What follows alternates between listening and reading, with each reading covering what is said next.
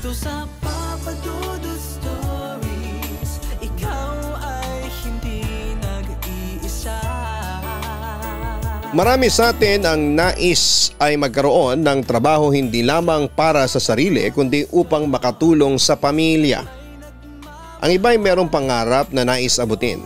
Ngunit may mga pagkakataon na sinusubok ang ating tapang at pananampalataya ng mga kaluluwa na hanggang ngayon ay hindi matahimik.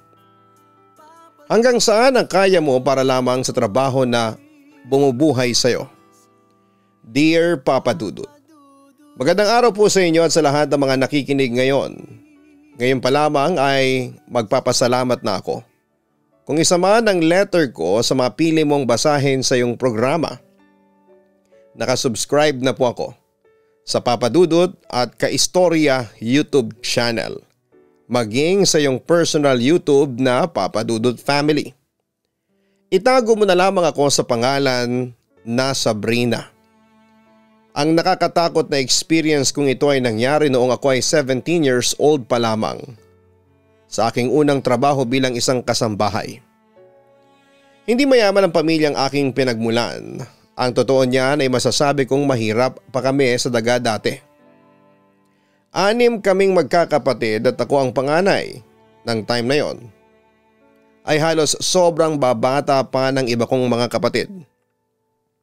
Ang nanay ko ay plain housewife kasi sa dami namin ay kailangan talaga na palagi siyang nasa bahay para maalagaan kaming mga anak niya. Lalo na yung maliliit pa. Si tatay naman ay pa-extra lamang sa trabaho. Minsan ay nagkakarpentero siya. Nagko-construction worker o kaya naman ay nag-aayos ng kung anumang sira sa mga bahay. Kung anong pwedeng pagkakitaan na marangal ay ginagawa niya para lamang makaraos kami sa araw-araw. Pero hindi naman palagi ay meron siyang trabaho. At sa mga ganong panahon ay talagang may mga araw na 1 o 2 beses lamang kaming kumakain sa isang araw. Minsan pa nga ay hindi ako nakakapasok sa school kasi bukod sa wala na akong baon ay wala pa akong almusal. May isang beses kasi na pinilit kong pumasok ng walang baon at walang almusal tapos nang himatay ako sa school. Ayoko nang maulit yon kaya kapag gano'n ang sitwasyon ay hindi na ako pumapasok sa school, Papa Dudut. Medyo natakot din ako dati na baka hindi ako makatapos ng high school dahil sa hirap ng buhay namin.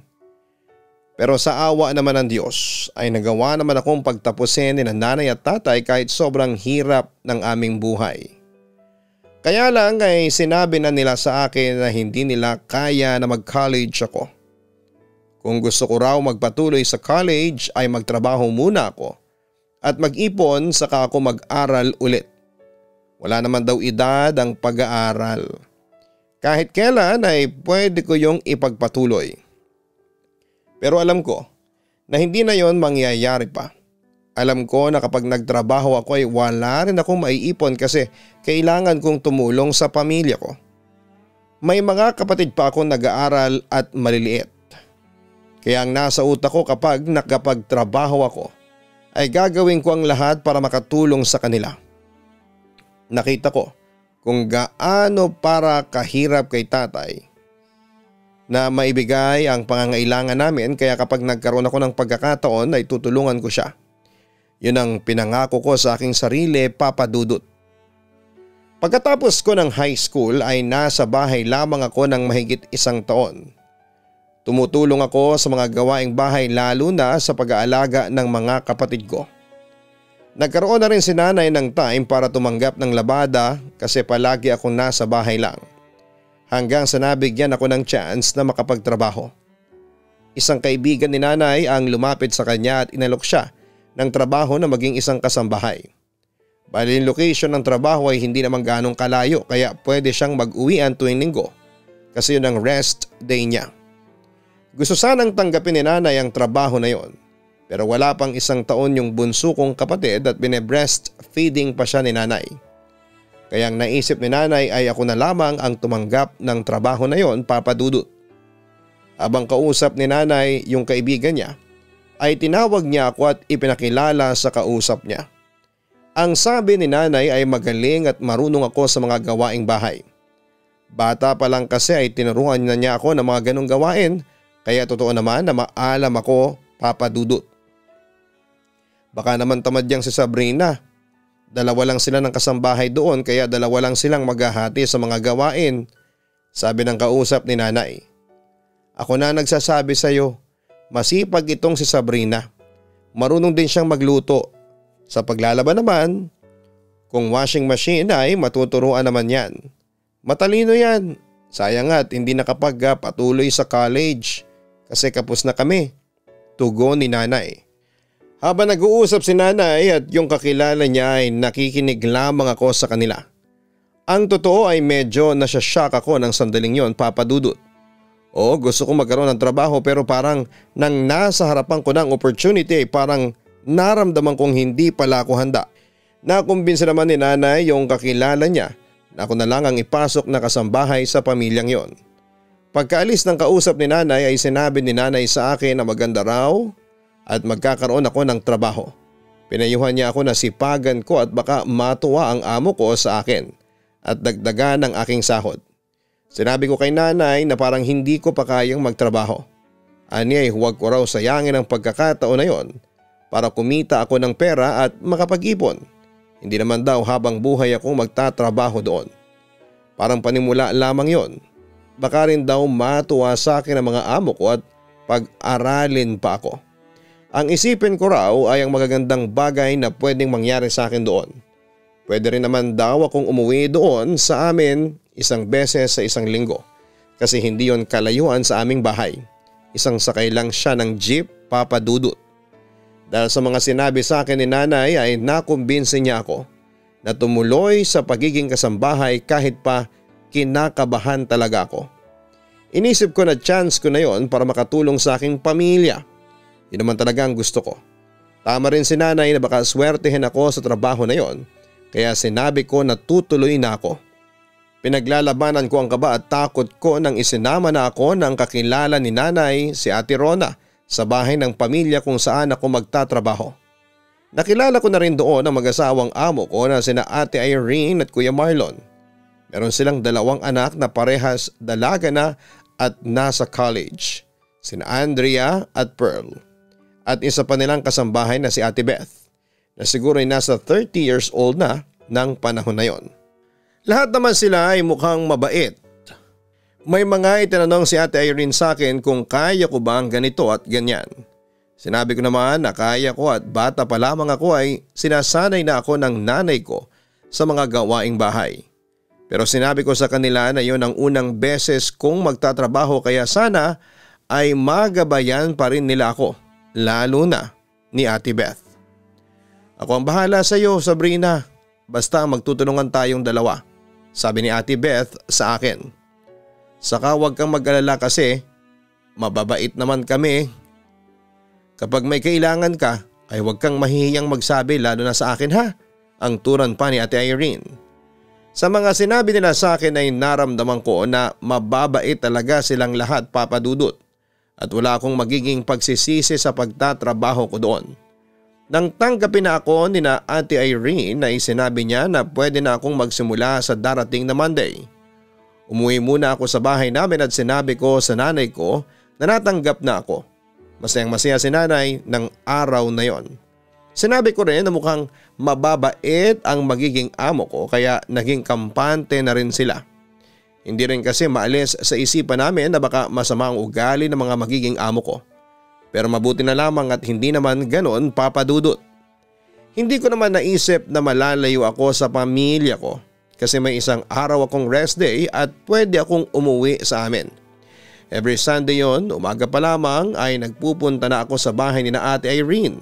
Si Ate Beth lamang ang naaabutan ko doon kasi nasa trabaho ang mag-asawa naming amo at ang mga anak nila ay nasa school.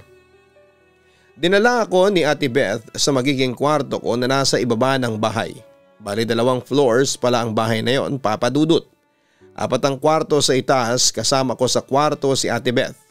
Meron noong isang double deck bed.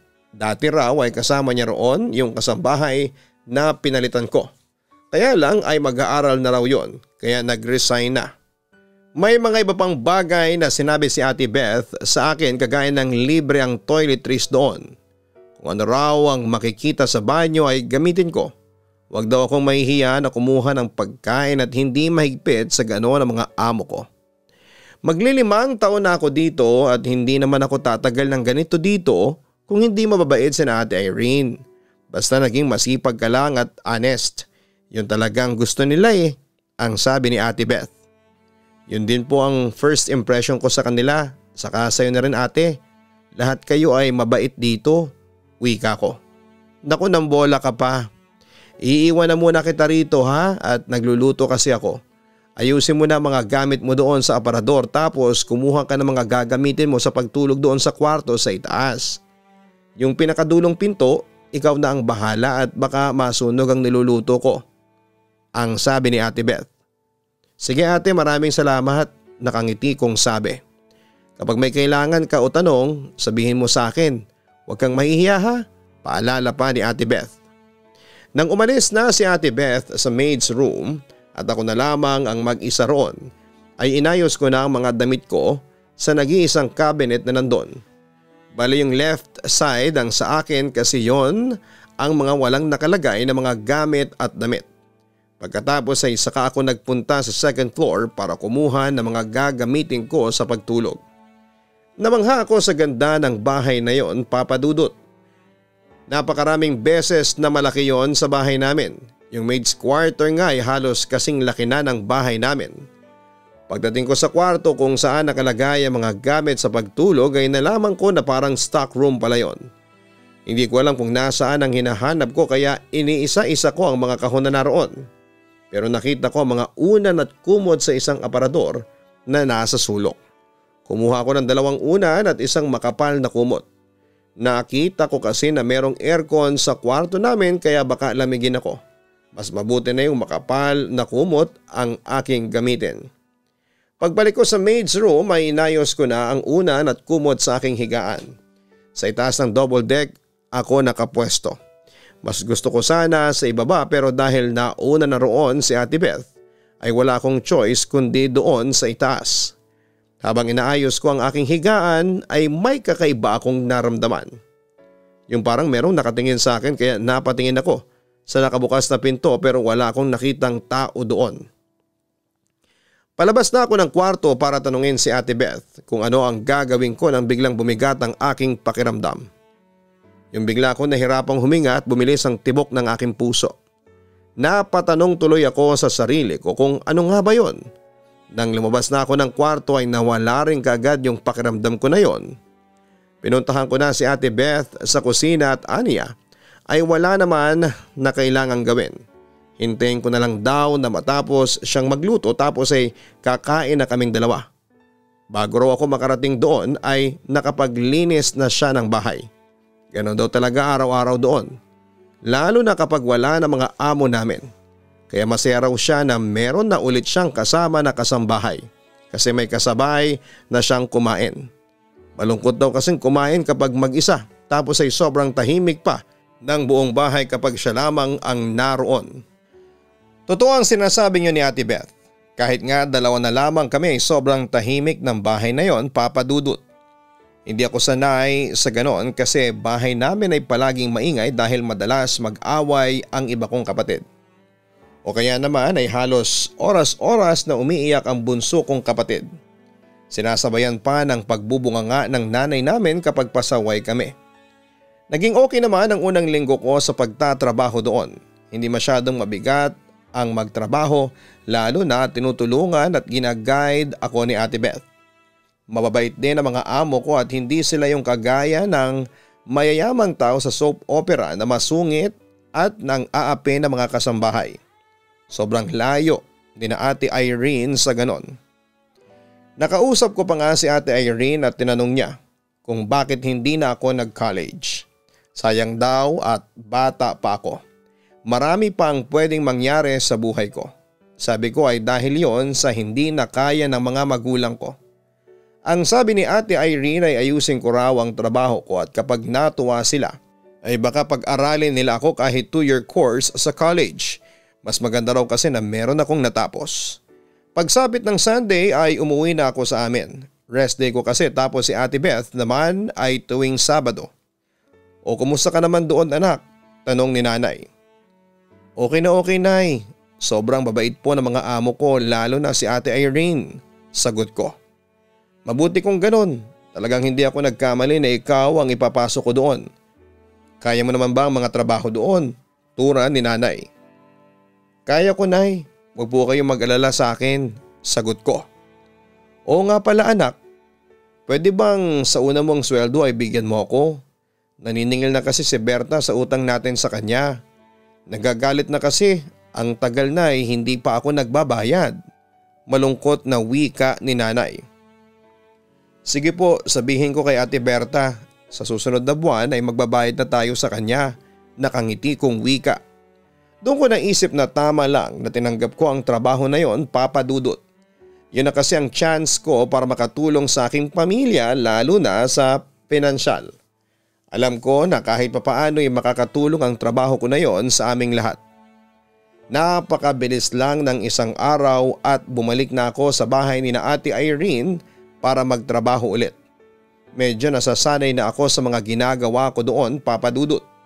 Naging palagay na rin ang loob ko kay Ate Beth kahit pa sobrang magkalayo ang aming edad. Wala pa rin kasing asawa si Ate Beth kaya kung minsan ay nagkwekwentuhan kami tungkol sa mga crush namin. Crush kasi ni Ate Beth yung anak ng kapitbahay namin doon. Kapag daw yon ang napangasawa niya ay sigurado siya na makakaahon na siya sa kahirapan. Magbubuhay reyna na raw siya kasi mayaman yon.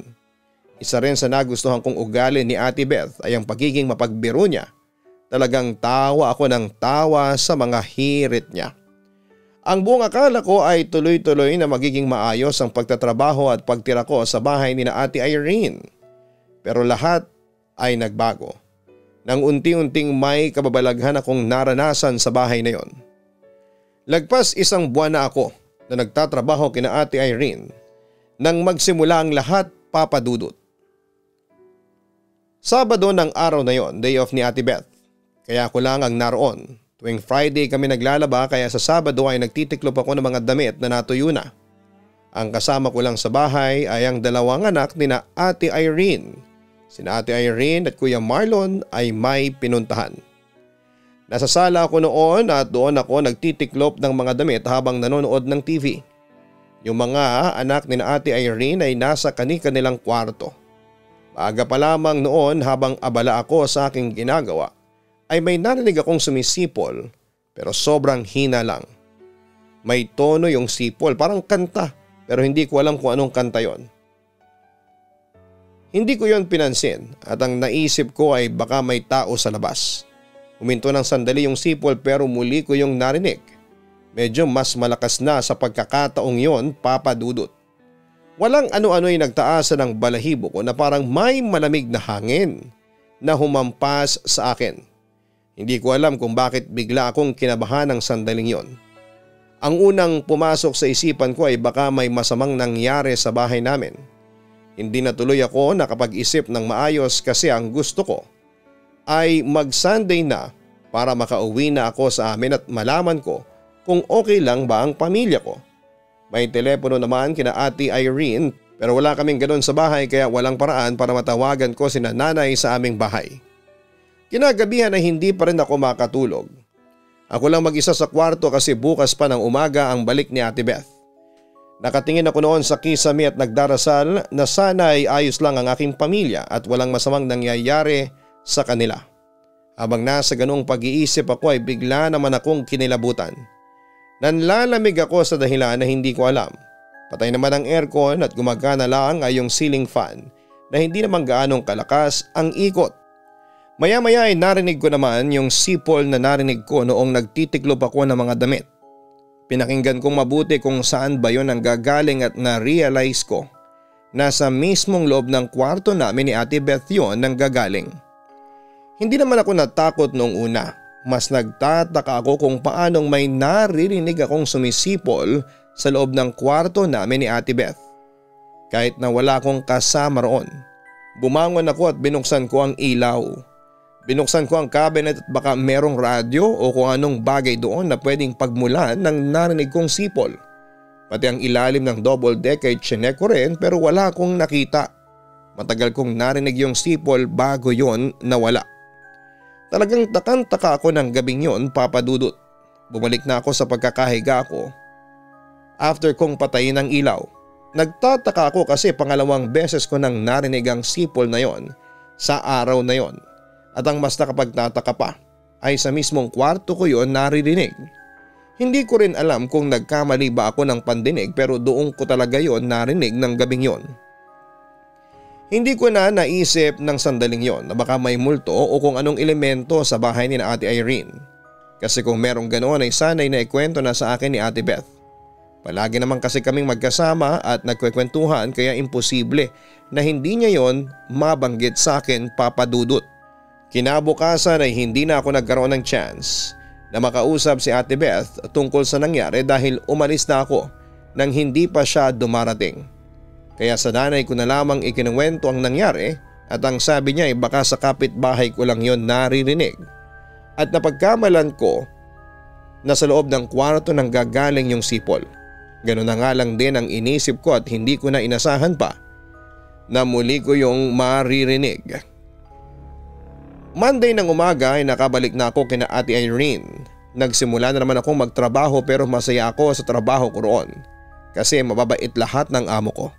Hindi rin masyadong mabigat ang trabaho kasi nagtutulungan kami ni Ate Beth. Isang tanghali wala na kaming gagawin ni Ate Beth at kapag ganong oras ay nakasanayan na naming manood ng paborito naming noontime show.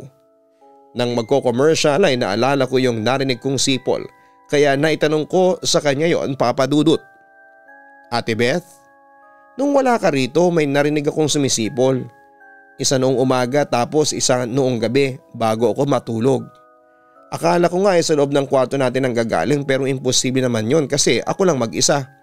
Sa kapitbahay ba natin ay merong mahilig sumipol? Turan ko. Sa tagal ko rito, wala naman akong narinig na sumisipol sa kapitbahay.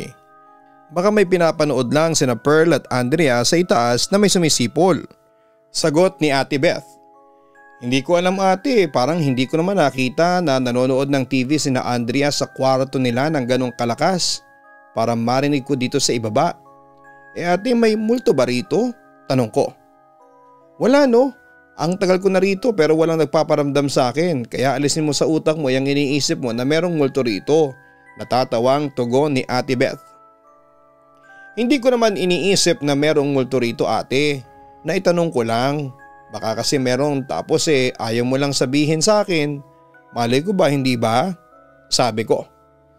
Diyos ko Sabrina, kung may multo rito, ako ang unang magsasabi sa'yo. Kaya lang wala talaga Saka matatakotin ako. Baka kapag may nagpakita sa akin na multo dito ay wala pang isang linggo ay nag-resign na ako. Ang pabirupang sabi ni Ate Beth.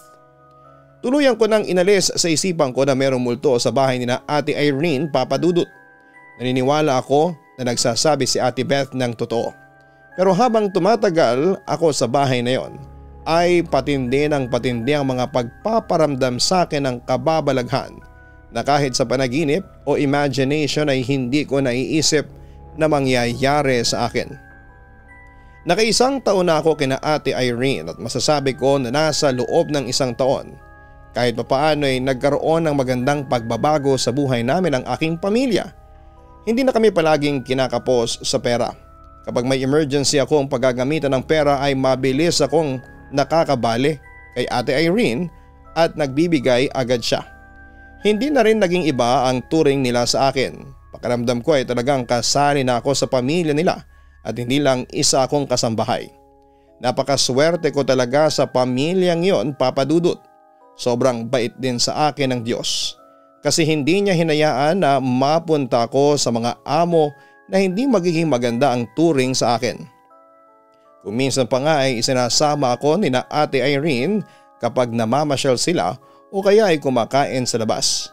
Nakakatuwa na nakakapunta na ako sa mga lugar na dati hindi ko inaakala na mapupuntahan ko. Nakakakain na rin ako ng mga masasarap at mamahaling pagkain. Kaya naging isa sa pangarap ko na sana'y madala ko rin ang pamilya ko sa ganung lugar at mapakain ko sila ng masasarap na pagkain. Pinasa na rin ni na Ate Irene ang sahod ko after ng isang taon na nagtatrabaho ako sa kanila. Alam ko naman na deserve ko yon kasi ipinakita ko sa kanila na inaayos ko ang aking trabaho at mapagkakatiwalaan nila ako. Hanggang sa dumating ang time na kinailangan ng mag-resign ni Ate Beth kasi magtatrabaho na siya sa ibang bansa. Sina Ate Irene din ang tumulong kay Ate Beth para makaalis dito. Doon ko nakita kung gaano kabuting tao sina Ate Irene kasi kahit mawala sa kanila si Ate Beth, sa pangarap nito na makapag-abroad ay sinuportahan pa rin nila si Ate Beth. Nalungkot ako nang umalis si Ate Beth pero masaya pa rin ako para sa kanya kasi pangarap niya talaga yon, Papa Dudut. Kinausap ako ni Ate Irene nang wala na si Ate Beth at ang sabi niya ay hindi pa rin sila nakakahanap ng ipapalit kay Ate Beth. Kaya pasensya na raw kung ako muna ang mag-isang gagawa ng lahat ng dapat na gawin sa bahay nila. Sabi ko naman ay walang problema yon sa akin kasi gamay ko na ang mga ginagawa namin ni Ate Beth sa bahay. Wala naman ako naging problema sa trabaho ko kahit mag-isa na lamang ako. Kayang-kaya ko naman yon lalo na sa paglilinis kahit may kalakihan ang bahay na yon.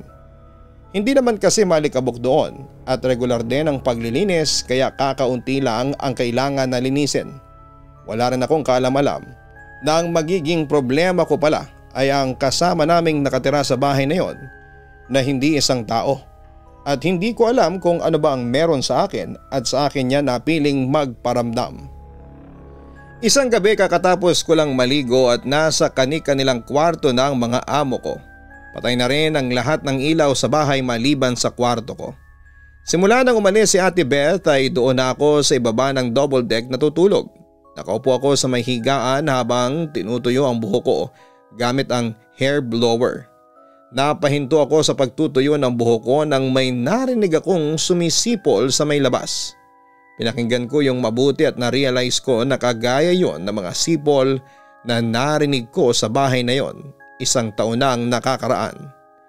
Tumayo ako at dahan-dahan akong lumapit sa bintana kasi pakiramdam ko ay nasa tapat ng bintana ko ang taong sumisipol. Binuksan ko ng paunti-unti ang bintana at sumilip ako. Nagulat ako nang may nakita akong matandang lalaki na nakatayo sa tapat ng aking bintana. Nakasuot siya ng puting polo na may mahabang manggas. Puro puti ang buhok niya. Payat siya na medyo matangkad at alam kong hindi siya tao kasi yung mata niya ay puro itim. Sobrang humpak ng pisngi niya at nalaman ko na siya yung sumisipol. Bigla na lamang siyang nawala sa paningin ko. Sa gulat at takot ko ay napatili ako sabay sarado ng bintana. "Sino ka? Anong ginagawa mo dyan?" tanong ko. Doon na nawala yung sipol. Takot na takot ako ng sandaling yon at pakiramdam ko ay hindi ko kayang makatulog. Sigurado ako, Papa Dudut, hindi talaga siya tao. Bumalik ang hinala ko na merong nagmumulto sa bahay ni na Ate Irene. Ang pinagtataka ko lang ay kung bakit hindi yon sinabi sa akin ni Ate Beth. O baka naman wala talaga siyang nararamdaman noon at sa akin lang nagparamdam ang kaluluwa na yon. Nung teenager pa ako huling nakakita ng multo. Sa school namin ay may nakita akong batang babae na nakaupo sa may ilalim ng malaking puno sa likod ng principal's office. Tapos ilang segundo lamang ay nawala na siya na parang bula na parang namamalikmata lamang ako. Madaling araw na nang magawa kong makatulog at nang magising ako ay 5:00 na ng umaga ay antok na antok pa ako. Pero kailangan kong bumangon kasi magluluto na ako ng almusal. Magang umalis sina Ate Irene at Kuya Marlon kaya hindi ako pwedeng late na magising. Hindi pa rin nawala sa isipan ko yung matandang nakita ko. Kung gano'n ay siya pala yung narinig kong sumisipol dati. Ang hindi ko maintindihan ay kung sino siya. Kung kaluluwa siya ay bakit siya nagpaparamdam sa akin. Bago lang ako sa bahay na yon. Bakit hindi siya nagpaparamdam kina Ate Irene o sa ibang nakatira doon? Bakit sa akin pa, Papa Dudut? Sakto natapos na akong maghain ng almusal ay nagising na sina Ate Irene. Pinasabay na rin nila ako sa pagkain nila. Habang kumakain ay hindi ko maiwasang isipin ang nangyari noong nakaraang gabi. Hindi ko tuloy namalayan na nakatulala na pala ako. "Sabrina, okay ka lang ba? Parang kanina ka pang wala sa sarili ah. Meron bang problema?" May pag-aalalang tanong sa akin ni Ate Irene. "Wala po ate. Kulang lang po siguro ako sa tulog," sagot ko. Sigurado ka ba? Kung masama ang pakiramdam mo ay huwag ka na munang maglaba mamaya. Pwede mo namang gawin yun bukas, ang sabi ni Ate Irene. Hindi naman kaya nahihirapan ka na mag-isa ka lang, Sabrina?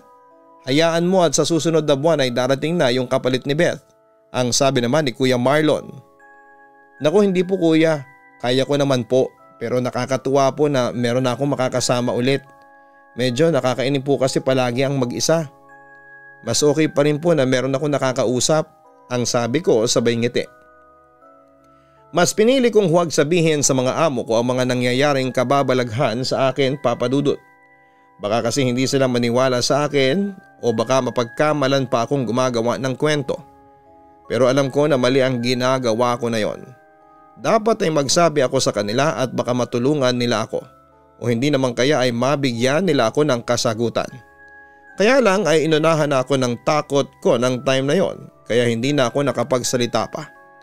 Lumipas naman ang ilang taon na walang nagparamdam sa akin kaya kahit papaano ay nakampante na ako. Hindi ko na rin kinakalimutan na magdasal bago ako matulog kasi natatakot na ako na maulit ang nangyari na nakakita ako ng matandang lalaki. Hindi na rin ako makapaghintay na dumating yung kapalit ni Ate Beth para meron na akong makakasama. Siyempre iba pa rin kapag meron kang kasama kapag wala lahat ng amo ko sa bahay. Bukod sa magiging magaan ang pagtatrabaho ko ay meron na akong makakasama sa kwarto.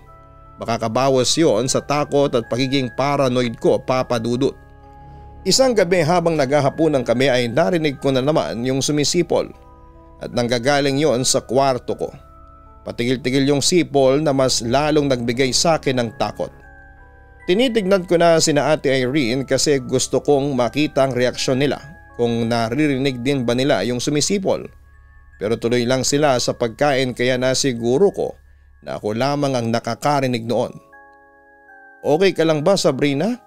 Nakatulala ka na naman, puna ni Ate Irene sa akin. Ate, wala ba kayong naririnig? Tanong ko. Naririnig na ano? Tanong niya na may kasamang pagtataka. Yung sumisipol po. Kanina pa siyang sumisipol, sagot ko. Wala naman, kayo ba merong naririnig? Tura ni Ate Irene. Lahat daw sila ay walang naririnig kaya lumalabas na ako lamang ang nakakarinig ng sipol na yon, Papa Dudut. Napansin ko na parang nag-iba ang tingin nila sa akin. Naisip ko na baka hindi maganda ang naisip nila sa akin at baka iniisip nila na gumagawa ako ng kwento. Hindi na lamang ako nagsalita at nagpatuloy ako sa pagkain. Nang tapos na kaming lahat ay iniligpit ko na ang mga pinagkainan namin at sinimulan ko ng hugasan ng mga yon. Medyo napapatulala pa rin ako kasi hindi talaga mawala sa isipan ko yung nangyayari sa akin na hindi ko kayang ipaliwanag. Habang naguhugas ako ng pinagkainan sa lababo ay nagulat ako nang biglang lumapit si Ate Irene sa akin. Simula nang makita ko yung matandang lalaki ay naging magugulatin na talaga ako. Bakit po ate? Tanong ko kay Ate Irene. May tatanong sana ako sa iyo, Sabrina. Yung tungkol sa narinig mo kanina na sumisipol. Paano sipol ba ang naririnig mo? Tanong ni Ate Irene. Hindi ako sigurado ate. Pero para pong kanta siya, sagot ko. Sinabi ni ate na baka pwede kong gayahin yung tono ng sipol pero hindi ako marunong sumipol. Ang ginawa ko ay hinam ko na lamang yung tono ng sipol at nagtaka ako nang biglang naluha si Ate Beth. Ate, bakit po? Takang tanong ko. Kailan mo pa naririnig yung sipol na yan? Matagal na ba? Tanong ni Ate Irene. Noong bago-bago pa lang po ako rito sa inyo ate. Natigil siya ng halos 1 year tapos nung umalis si Ate Beth, narinig ko na naman. Hindi ko po alam kung maniniwala kayo pero may nakita po akong matandang lalaki na payat sa labas ng bintana ko. Hindi po ako gumagawa ng kwento ate ha. Nagsasabi po ako ng totoo, ang sabi ko. Nag-alangan pa akong sabihin yon kay Ate Irene kasi baka hindi siya maniwala sa akin. Huwag ka mag-alala. Naniniwala ako sa iyo. Yung sumisipol na naririnig mo at matandang payat na nakita mo, si Daddy yon. Tatay ko na matagal nang patay, sagot ni Ate Irene. Sinabi sa akin ni Ate Irene na namatay ang tatay niya sa bahay na yon dahil sa sakit. Nawala raw ito ng 1-year-old pa lamang ang panganay niya. Ang dati raw nitong kwarto ay yung maid's room kahit kailan daw ay hindi ito nagparamdam sa kanya. Pero noon 6 years old na ang panganay niyang anak ay nagpakita ang tatay niya sa anak niya. Takot na takot daw ang anak niya at nilagnat pa nga ito. Baka raw alam ng daddy niya na matatakot sila kapag nagpakita ito kaya kahit kailan ay hindi na ito nagparamdam. Mahilig din daw itong sumipol kagaya ng tono ng hinam ko. Paboritong kanta pala yun ng daddy ni Ate Irene. Pero bakit sa akin siya nagpaparamdam ate? Hindi ko naman siya kilala. Tanong ko. Baka alam niyang hindi ka matatakutin. Baka gusto niyang ipaalam sa amin na nandito pa rin siya. Naluluhang sagot pa ni Ate Irene. Inamin ko na natatakot ako pero dahil kailangan ko ang trabaho na yon para sa pamilya ko ay nagtatapang-tapangan ako. Upang kahit papaano ay mabawasan ng takot ko ay nagsuggest si Ate Irene na kung okay sa akin ay ilipat na ang maid's room sa may stock room sa second floor. Tapos ay gagawin na lamang stock room yung dating maid's room. Pumayag agad ako kasi hindi ko na talaga kayang matulog sa kwartong yon after nang malaman ko kay Ate Irene. Kinabukasan ay kumuha sina Ate Irene ng 2 lalaki para ilipat ang mga gamit sa stock room sa maid's room. Kaya simula ng araw na yon ay sa second floor na ako natutulog. Wala na akong naramdaman na nakakatakot simula noon, Papa Dudut. Wala na akong nararamdaman. Hindi ko na rin naririnig pa yung sumisipol. Pero may mga pagkakataon na kinakailangan ko pa rin pumasok sa stock room na dating kwarto ng namatay na tatay ni Ate Irene. Nandun kasi ang mga gamit sa paglilinis. At kapag nasa loob ako noon ay kakaiba ang lamig. Yung lamig na tumatagos sa buto. Kaya sigurado ako na hindi pa rin umaalis doon ang kaluluwa ng tatay ni Ate Irene.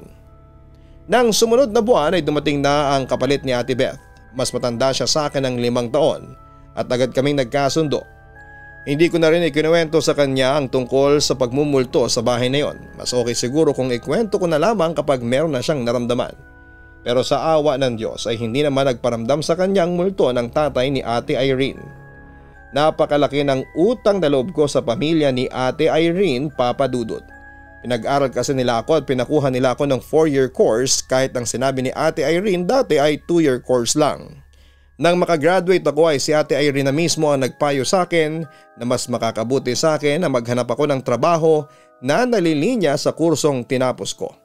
Masakit daw para sa kanya na mawawala ako sa pamilya nila pero hindi raw yun dahilan para ikulong niya ako sa trabaho ko sa kanila.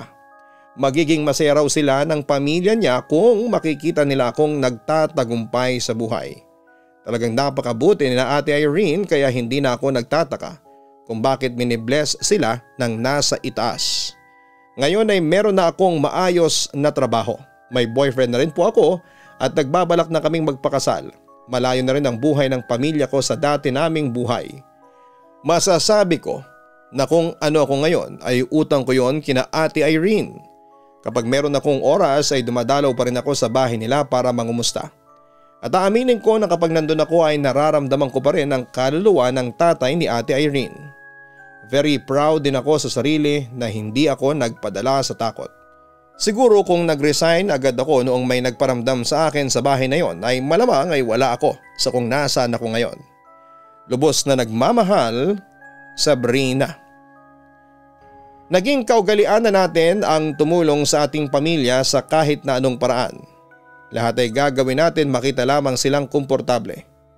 Kaya naman kahit minsan ay nahihirapan tayo, nagpapatuloy pa rin tayo upang makamit ang pangarap natin para sa kanila. At sa pag-abot ng pangarap na ito ay darating ang oras na susubukin kung gaano ka kadeterminado sa iyong goal sa buhay. Sa ganitong pagkakataon ay mas lakasan mo ang iyong paniniwala sa iyong sarili at maniwala ka na kaya mo. Huwag ka ring mag-alinlangan na humingi ng tulong sa mga taong pinagkakatiwalaan mo kung kailangan mo ng tulong. At mas magiging magaan ang pagtahak mo sa daan ng tagumpay kung may pamilya kang nakasuporta sa iyo at handa kang saluhin kung sakali na ikaw ay bumagsak. Huwag kalimutan na mag-like, share, and subscribe. Salamat po sa inyong lahat. Ang buhay ay mahiwaga, laging may lungkot at saya. Sa Papa Dudut Stories, laging may karamay ka.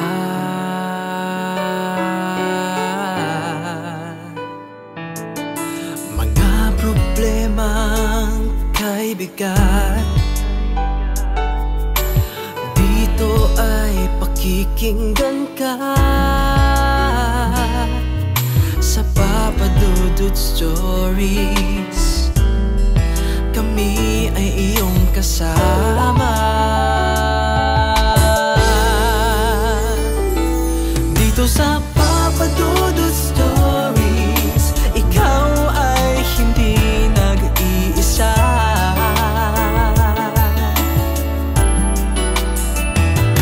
Dito sa Papa Dudut Stories, may nagmamahal sa'yo. Papa Dudut Stories, Papa Dudut Stories.